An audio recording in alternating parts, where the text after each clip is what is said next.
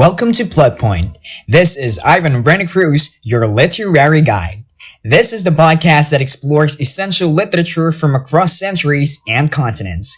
Each episode we break down a single work, covering the plot, the essential story, then diving into the point, the critical analysis, context, and enduring meaning.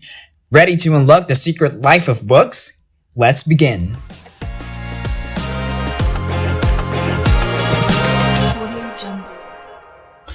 Today on Plot Point, we travel to Africa for the monumental short story Once Upon a Time by Nadine Gordimer. First, let's establish the plot, the essential narrative, characters, and events that define Once Upon a Time. The short story opens with the writer-narrator receiving a request to write a children's story, which she declines. Later that night, a mysterious creaking noise scares her, and to calm herself, she tells a cautionary bedtime story about a wealthy white family in an affluent suburb during apartheid-era South Africa. Driven by increasing paranoia over crime and riots, the husband and wife implement ever more extreme security measures, including higher walls, burglar doors, and an alarm system. Their final measure is installing a wicked coil of razor wire along the top of their garden wall.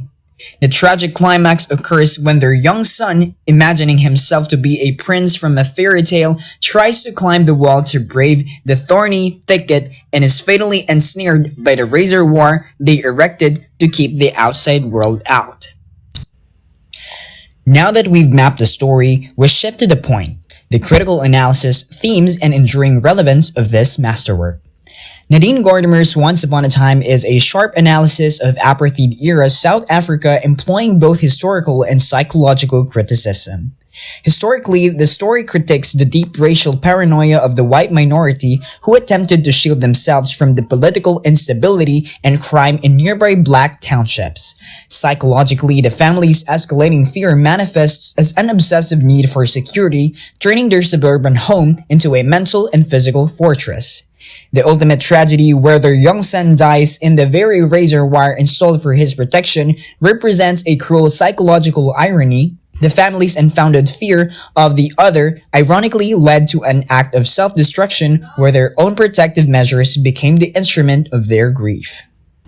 That brings us to the end of our discussion. We've navigated the plot and analyzed the point. Thank you for exploring this literature with me. Please subscribe to Plot Point and leave a review wherever you listen.